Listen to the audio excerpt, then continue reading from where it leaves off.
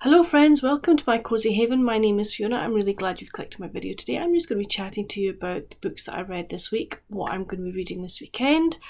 There is a mini book haul and just kind of what I'm going to be doing over the weekend and what I've been doing this week. So I really hope you're going to enjoy this video. Reading wise, it's been not a bad week, I have to say. Although I'll explain why the end of this week has not been as good as I would think and as I want, but you know what? I'm not doing this for a job, I'm doing this for fun and enjoyment, and you know, if we go through a wee bit of a slumpy phase, we go through a wee bit of a slumpy phase, and I think that's possibly where I'm at the moment. This week, what have I been doing this week? Actually, it's been a quiet week. I wasn't that well at the beginning of the week, and then yesterday I was at the Edinburgh Book Festival with two friends. They've moved it. This is their second year in their new venue, and I don't like it as much. I don't think there's as much of an atmosphere as there was when it was in Charlotte Square. They've moved it up to Lauriston Place, which is up further up near Edinburgh University, and there's kind of no atmosphere like there used to be, which is a shame. So there's, you know, it's just different. I bought a book, but I bought it for Dad. They still have their bookstore, and I kind of phoned him and went, "Do you want this?" And he went, "Yeah." So I bought him a book there. But we also went to Blackwell's, but I'll let you see the books I bought at Blackwell's when I was there. But I think that's enough waffle, friends, isn't it? Shall we get on with the books, eh? So the first book that I finished this week was Best Summer Ever by Heidi Swain. I gave this 4.5 out of 5. So Daisy comes back to Weymouth, having left her partner, her partner who her parents loved, and her job. The reason she left her partner was she found him in a compromising position, and she's like, "Nah, I've had enough." And Daisy has never really been that successful with the job she's had because they just don't hold her interest. They're not what she wants to do. And her parents are not exactly jumping at the gun and going, "Woohoo, great to have you home, honey." You know, the reception is pretty, how shall we say it, quiet, if even that. She does find herself a job in the local pub, which kind of appeases them a bit. And she visits Algie, who is the owner of Weymouth Estate, and he keeps trying to get her to go into the walled garden, and she won't do it because the walled garden has bad memories for her. But one day she does go in, and she sees that it's in a bit of a state, and she starts tidying it up. And gardening is really what she's always wanted to do, and her father put her off it for various reasons that we find out later on in the book. But she ends up running this new scheme that Algie has come up with of cut flowers, come and buy your bouquets, etc. And she's got loads and loads of ideas. And it's, can she make this a profitable business, and can this really work? On the side, there's also Daisy reconnecting with her best friends. And also there's this young American tourist in town. But is he really who he says he is? And why is he there?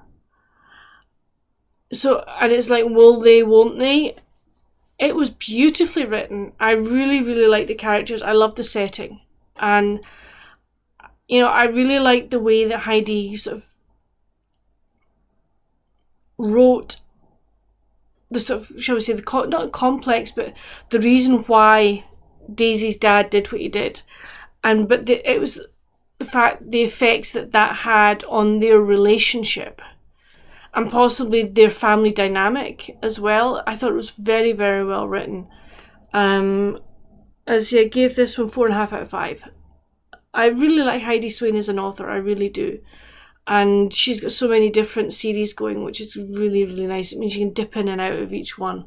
So, but no, thoroughly enjoyed this one. I then read The Big Guns by Helen K. Dimon, gave this one 3.5 out of 5. I think this was this is called Mystery Men. It's part of the Mystery Men series. This came out in September 2011. It's number 1303 in the romantic suspense line. Or intrigue. So, yeah.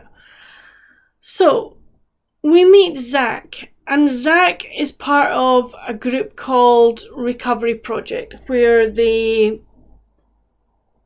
help recover various things, whether it be people, items, etc.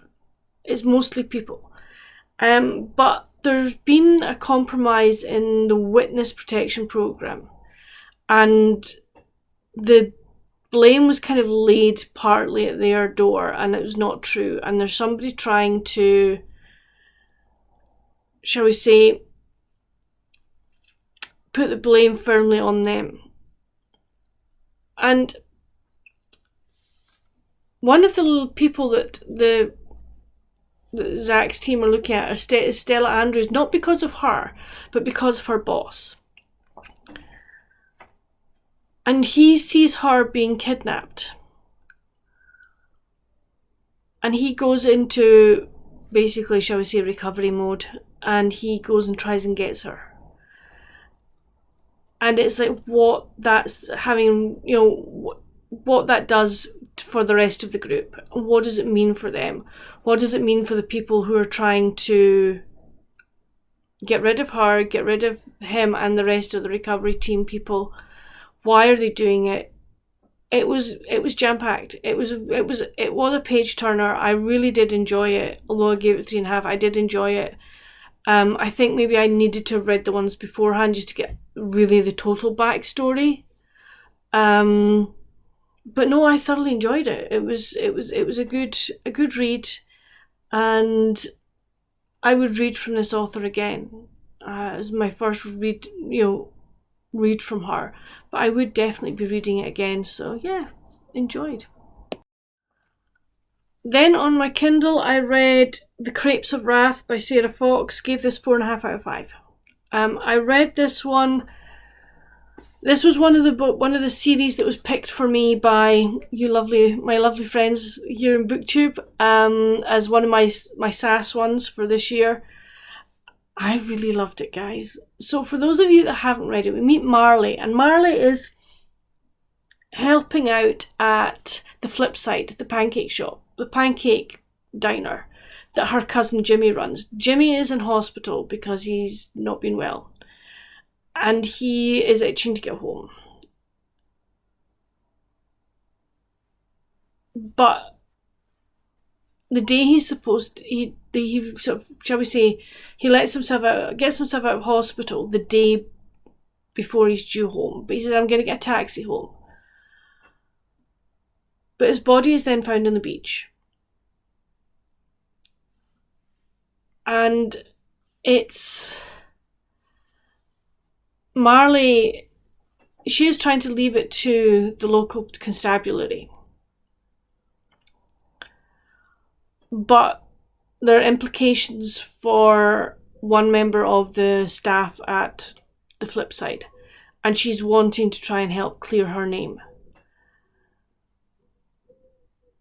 And that's all I'm going to say. I don't want to say any more about this because I think that's just going to spoil it. I love this. I love the characters. I love the setting. And I just thought it was a great concept of a pancake diner. Yeah, brilliant. It made me hungry. It made me want pancakes and waffles. I love the fact that there are recipes in the back. But yeah, I really kind of don't want to say a lot about this because I really don't want to spoil it. But if you're looking for a foodie cozy, I would definitely think about picking up The Crepes of Wrath. It's a series I will be continuing on with. Not maybe like now, but it's one that I will definitely want to continue reading. And yeah, really, really enjoyed it. I then picked up an audiobook because I just wanted something to listen to, and I picked up The Beginning by Karen Kingsbury. I gave this one 3.5 out of 5. This is The Beginning is the story, the start of the story of The Bridge. It's the prequel to The Bridge. It tells you why the two main characters, Donna and Charlie, started The Bridge in the first place. And also why it became so important to one particular lady. You don't have to have read the prequel to have read The Bridge. I've read both. I read The Bridge first and then watched the TV adaptation. Then I've now read the prequel. It is a beautiful, beautiful story. It's quite sad. I will say that the prequel it deals with grief. But there's hope within that grief.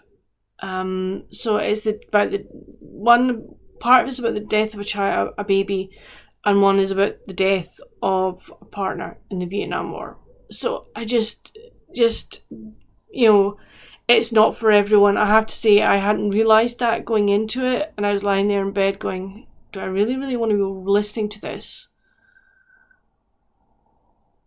at bedtime? And, it's just like, yeah, okay. But it was beautifully written. As I say, there is hope at the core of it. Although it does deal with grief. Lovely, great characters. I mean, Charlie and Donna are brilliant characters. And the lady, my brain is gone.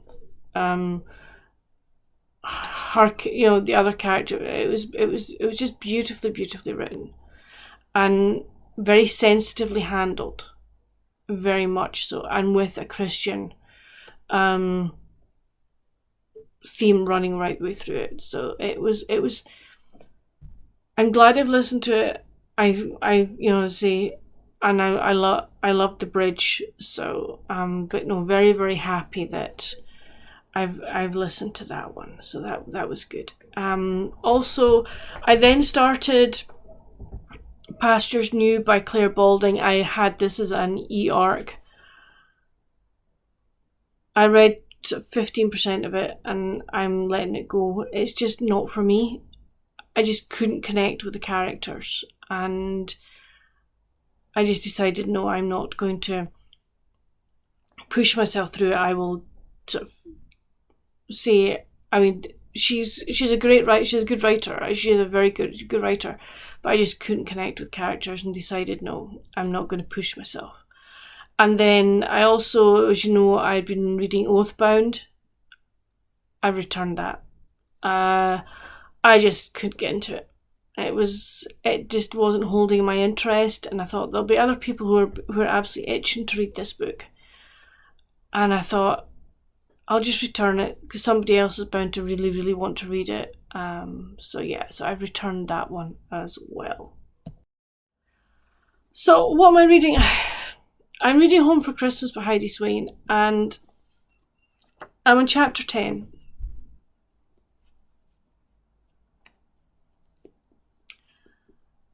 I don't know whether it's because I've just recently read a Heidi Swain like last weekend and I need a break, or whether I'm just not in the mood for this. I have to say at the moment I'm thinking I'm going to soft DNF it.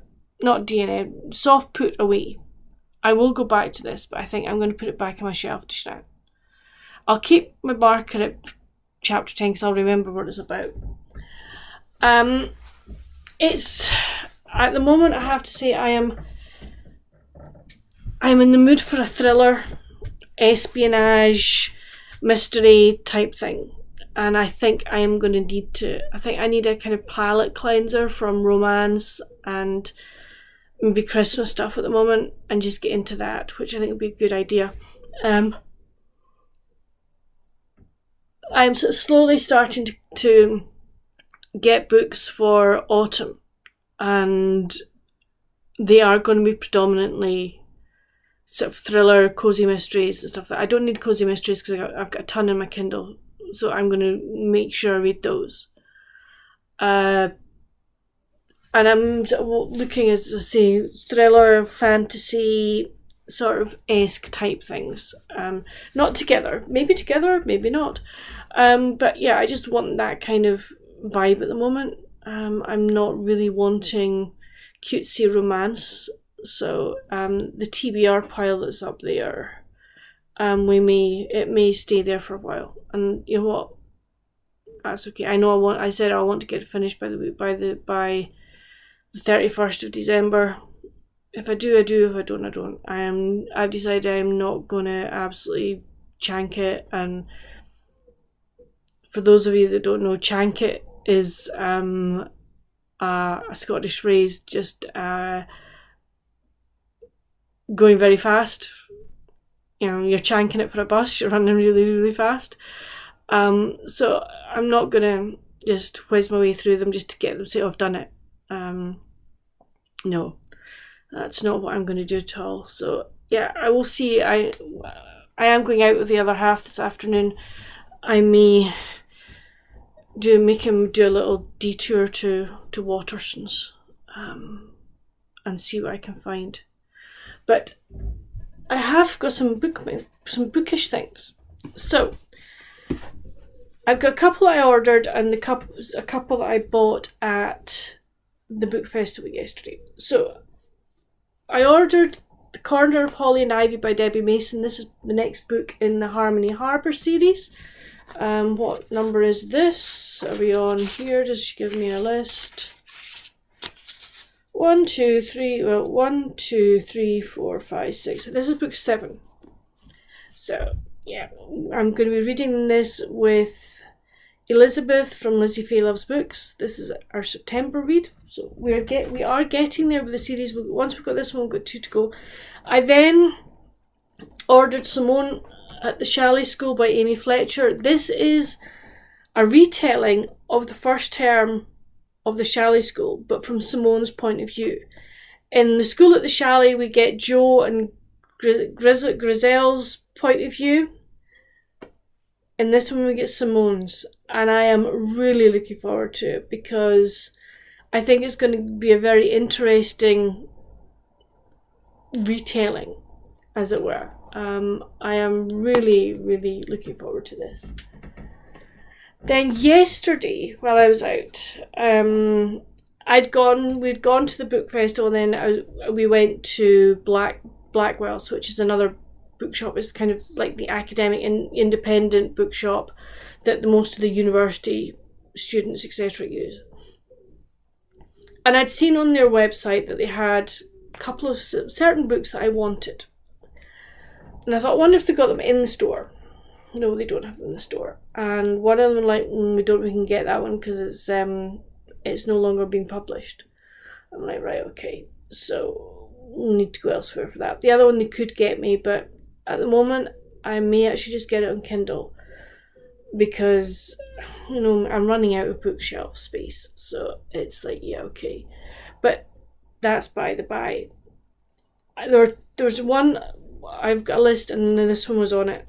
And that is Practical Magic by Alice Hoffman. I am buddy reading this with Rebecca, the Colourful Book Nester, and Elizabeth from Soul Stained Ink. So I am looking forward to this.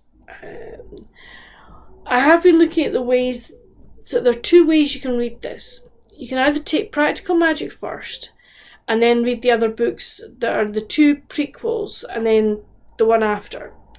Or you can just read them in, like, the 2 prequels, this one, and then the one after. So I will need to discuss with my other 2 buddy readers how we're going to do it.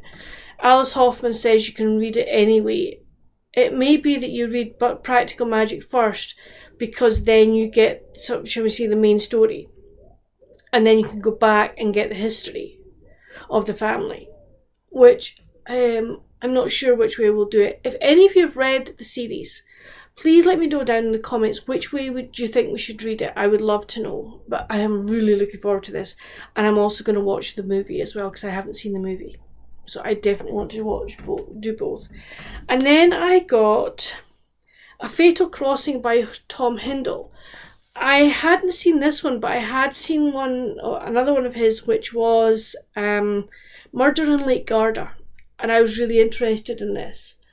And I decided, right, I'm gonna pick them up. So I picked up this one, and it's Art Deco, as you can kind of tell from the cover. But it says, November 1924, the Endeavour set sail with 2,000 passengers and a killer on board. And they're obviously going from England to New York. So I am looking forward to that. So yes, I'm starting my little haul of, shall we say, cozy mysteries and other kind of mysteries. And, you know, I'm sort of starting my sort of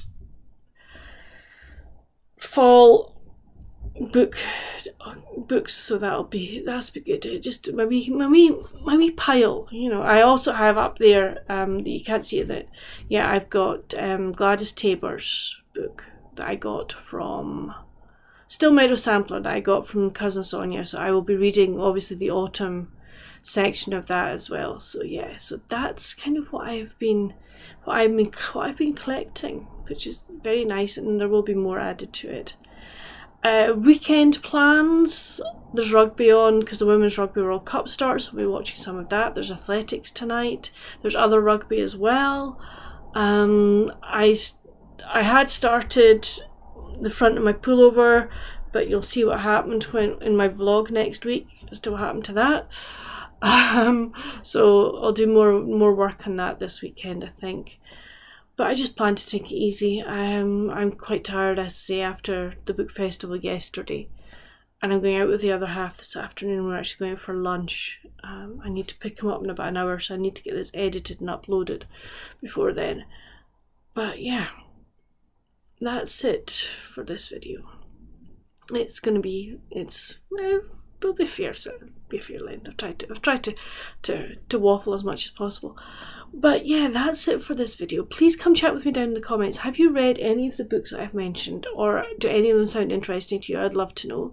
What have you been reading this week? What are your plans for the weekend? Again, I would love to know. And on your way down to chat with me in the comments, if you haven't done so already and you've really enjoyed this video, please give it a like. Hit that thumbs up button, and if you haven't already, I would love for you to subscribe and become a member of my little cozy haven here on BookTube. But that's it for now, good friends. Have a good weekend, stay safe, and happy reading. Bye.